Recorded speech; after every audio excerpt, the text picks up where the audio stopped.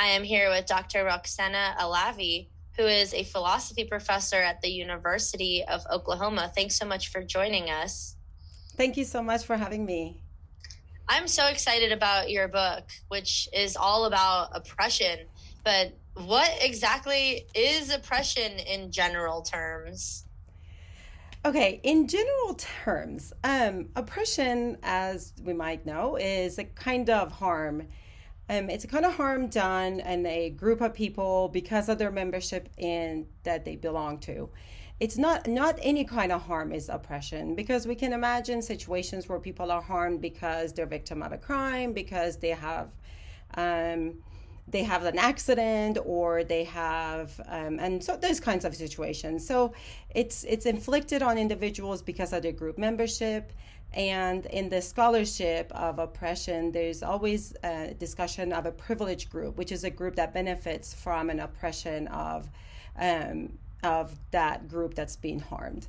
If we want to kind of think about it, and I mean, I talk about racial oppression, right? So in my group, you can think about when a group is harmed economically, for example, and there's another group in the society that benefits from that economic oppression of them. So we can also, they're individuals. People can be harmed individually by individuals or by groups, and they can also be victims of systematic or structural oppression, which is when ideologies or groups or laws kind of work together, such as like housing discriminations, government surveillance, or social segregations. Those kinds of things works together. So oppressions could be like kind of individuals among groups and individuals, or it could also be structural, which is when all of those things kind of work together, not necessarily work on one single person or even groups. So that's pretty general definition, and very quick one too. It sounds like a lot of the things you've characterized is oppression from the outside, like an external group benefiting from oppressing some member of a group or a group. But is there any kind of sense in which there is oppression from the inside, where the oppressed person somehow does the oppressing? If we like talk to people, a lot of people, even like 50 years ago, especially like, or some time ago, a lot of times we think about oppression, acts of oppressive regimes or oppressive laws or authoritarian governments. It's not, and that is the kind of external, that like you mentioned, externally oppressive governments or external oppression. But oppression, I kind of want to say that oppression and oppressive governments or oppressors have succeeded when we internalize those expectations. One of the things we see in oppressive societies, one of the harms of oppression, if you will, is like stereotyping people. So stereotyping is a kind of oppressive practice that is done society-wide on people, and we see a lot of stereotypical images of people. Everybody knows their stereotypes against them, and so those kinds of stereotypes, one of the effects of those stereotypes is that we internalize them. So those are really harmful individuals that are stereotypes, and a lot of times we kind of take those on and then we make them a part of ourselves. But that's not the only way we internalize oppression and become our own oppressors. A lot of times they're socially taught to us from the day we were born. So we make those our kind of like our preferences, which philosophers sometimes call them adaptive preferences. We take a lot of those expectations and the ways we were taught, and we kind of feel like those are our own choices instead of our own authentic choices, and we behave in those ways. And that's when we kind of feel like the oppressor has really won. That is when we make those expectations of our oppressors and believe they're actually our own. So that's why when I talk about oppression can be internal, is when we psychologically limit ourselves and we don't realize that we're behaving in a way that people benefit from, and they're not in our own best interest. You talk a lot in your book about oppression based on race, and there's other ways that groups have been oppressed. Is there something unique about oppression because of race? Discussion of race, in my opinion, is just a really interesting discussion to begin with anyway. pretty similar to gender, I want to say. And one of the things we need to think about when we think about race in general is that race is a socially constructed phenomenon anyway, which means we give race, the concept of race, meaning within a society. So I can have my physical appearance is very similar, for example, to a light-skinned African-American person or a Hispanic person, and socially speaking, we're racially designated differently in the society, and we also, the way we're classified is also really differently. Even in, for example, even in Iran, I am racially I'm colored differently than, for example, here in the United States. So when you talk about race is different in that way, that it doesn't travel in different societies the same way. So I might be actually kind of a darker person in some societies and lighter person in another society.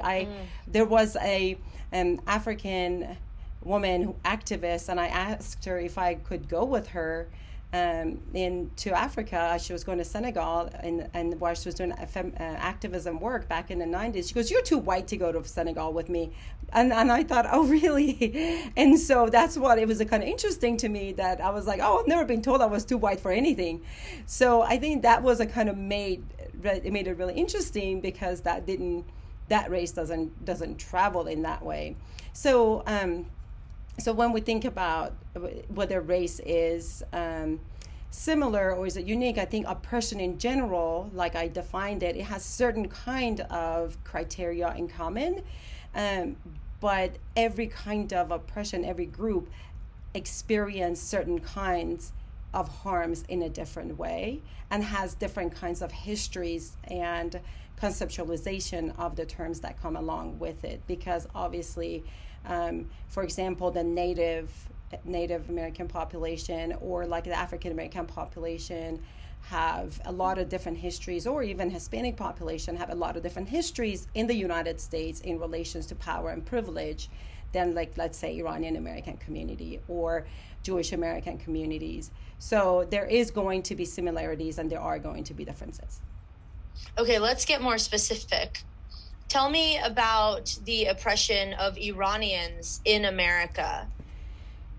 Okay, so there is so much to say about this, and I'm going to try to make this as short as I possibly can. So first of all, interestingly, in the United States, Iranians, actually Middle Easterns in general, are classified by the census as white.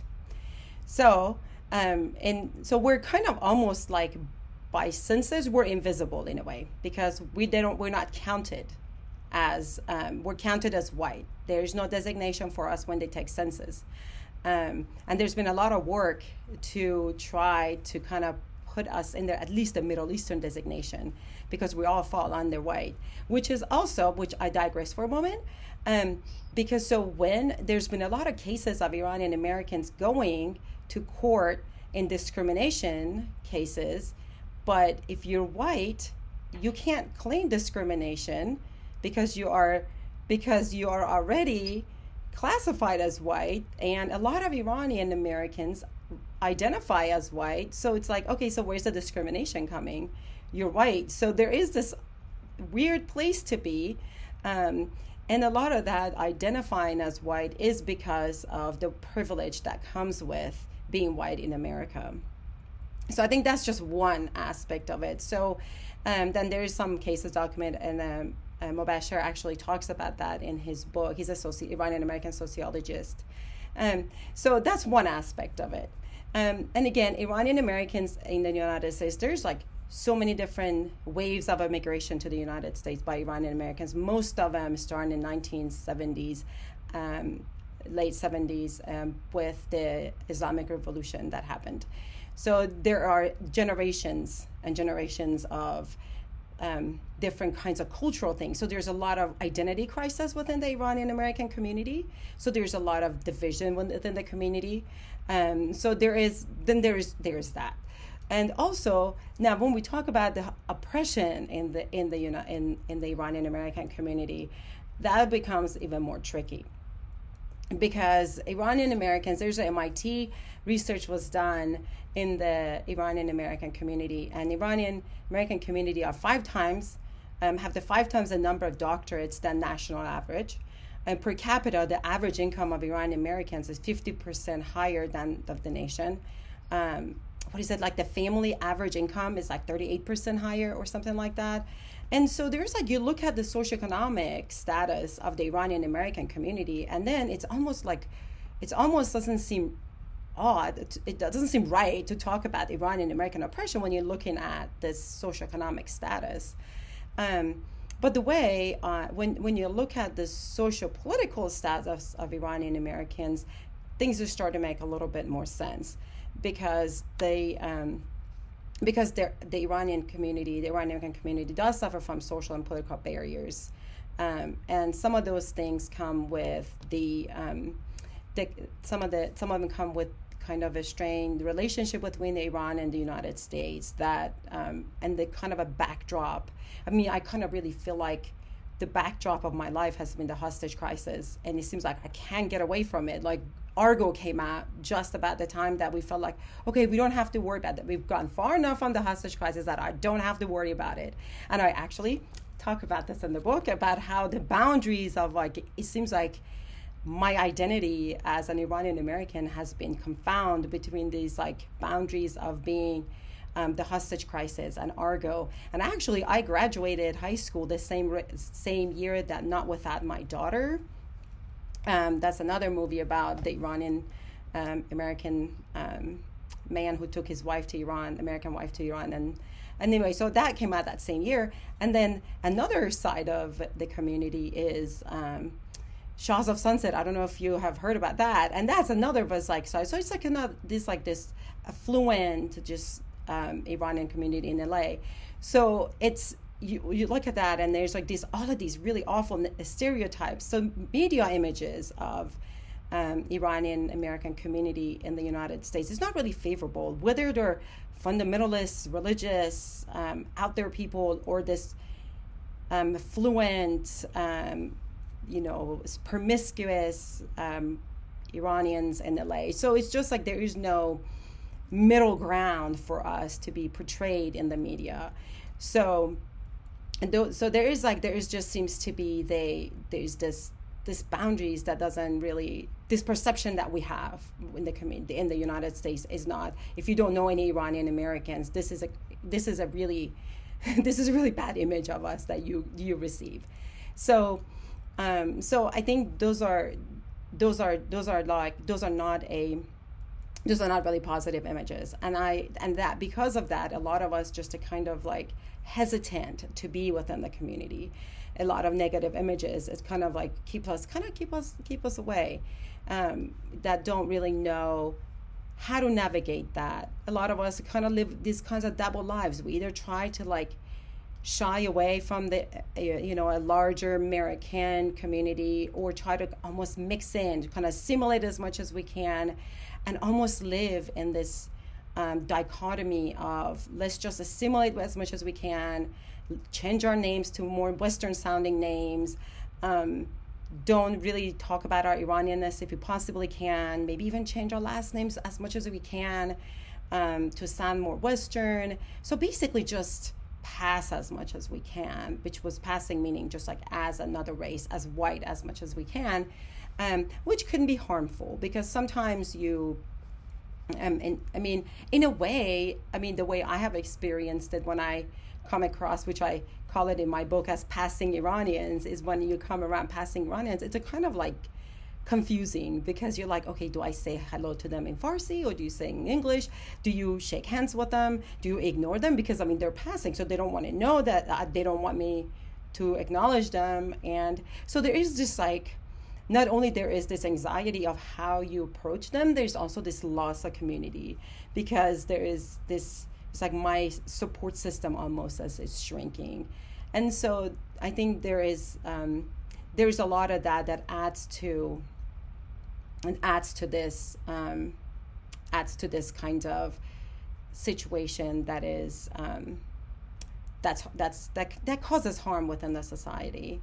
And also, so all of this, I mean, like social harms, political harms, and loss of community, the identity crisis, all of this is a kind of like passed down, and all of this affects communities, affects the way we raise our kids, affects our kids in general.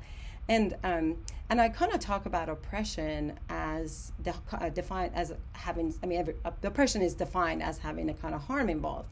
And I define harm as a loss of capabilities. And the capabilities, that's kind of Martha Nussbaum's term, that things that we can do and be. For example, one of the things we can do is have political affiliation or social affiliation or play.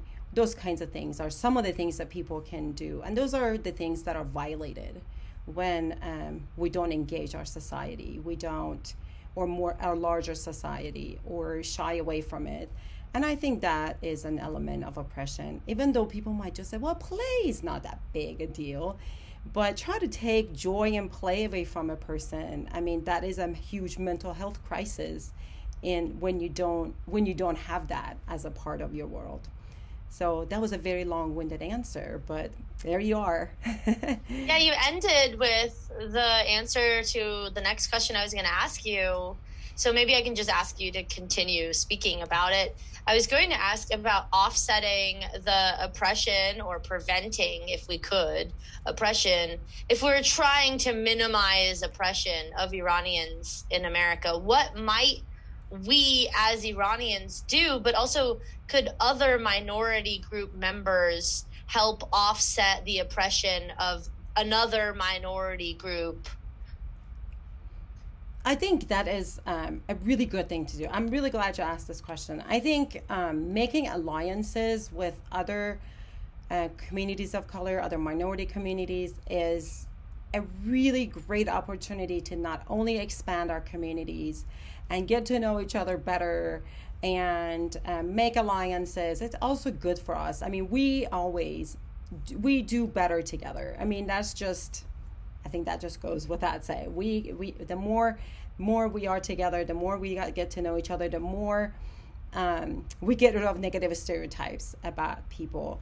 But I think, and that's just in general, I think more specifically, there's a lot we can do to just end the stereotypes. If we can minimize the harms, and you use the word minimize, because I think there are times where we can't really end oppression. It's kind of like when people have like war on drugs, like you cannot end drugs use, for example. You cannot end oppression. There's going to be injustice. There's going to be drug abuse. There are going to be things like that, negative things in the world. So what we can do is we're going to try to minimize them as much as we can. So that's so I'm glad you worded it that way. Ideally, we'll end them. But for now, there are things we can do to minimize harm, to make alliances. And one of the things that it's important, there are individual things we can do. For example, when I bring the people to the table, for example, in my workplace, when I bring the people in the table, give supports in the meetings, for example, that's one thing individual I can do.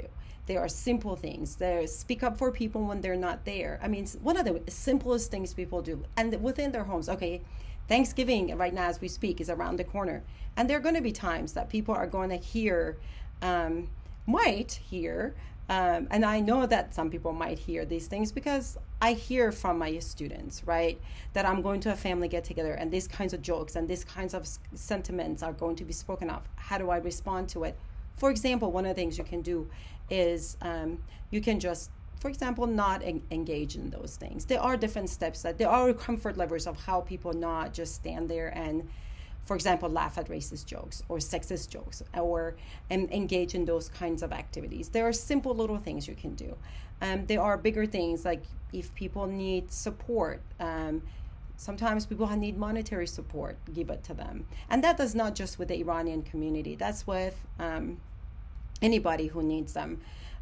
There are bigger things you can do, like build relationships with people that are really authentic. Now, I'm not a communication person, but I have read and I was told this in my communications class when I took public speaking a long, long time ago, that something like 70% of the communication is nonverbal. So I cannot help but give somebody that I meet a feeling. That's just going to happen.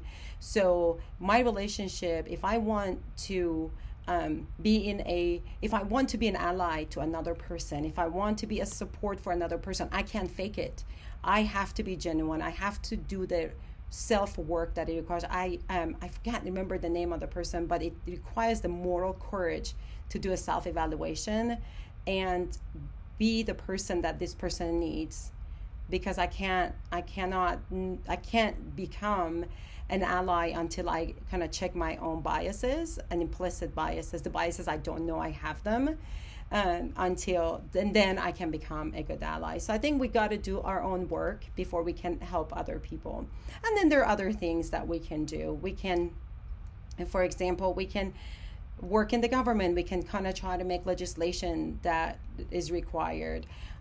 We can stop perpetuating stereotypes about other people. We can stop telling generalized stories about people. And when people tell them, to just say, hey, that is like, some people are like that, or, like, there are good and bad people everywhere. Sometimes a statement like that is just enough. I had somebody just recently say the story to me that somebody said a racist or sexist joke, I don't remember which, and they said like, oh, what's funny about this? And by the time 2 or 3 times, like, oh, I don't get it. What's so funny about this? And it wasn't funny anymore, right? So I know that's a simple thing, and it might even be silly, but that's a kind of one way that this person was telling me that they were addressing the sexist joke that somebody had said at some dinner they were at. So those are some of the things we can do to address oppression.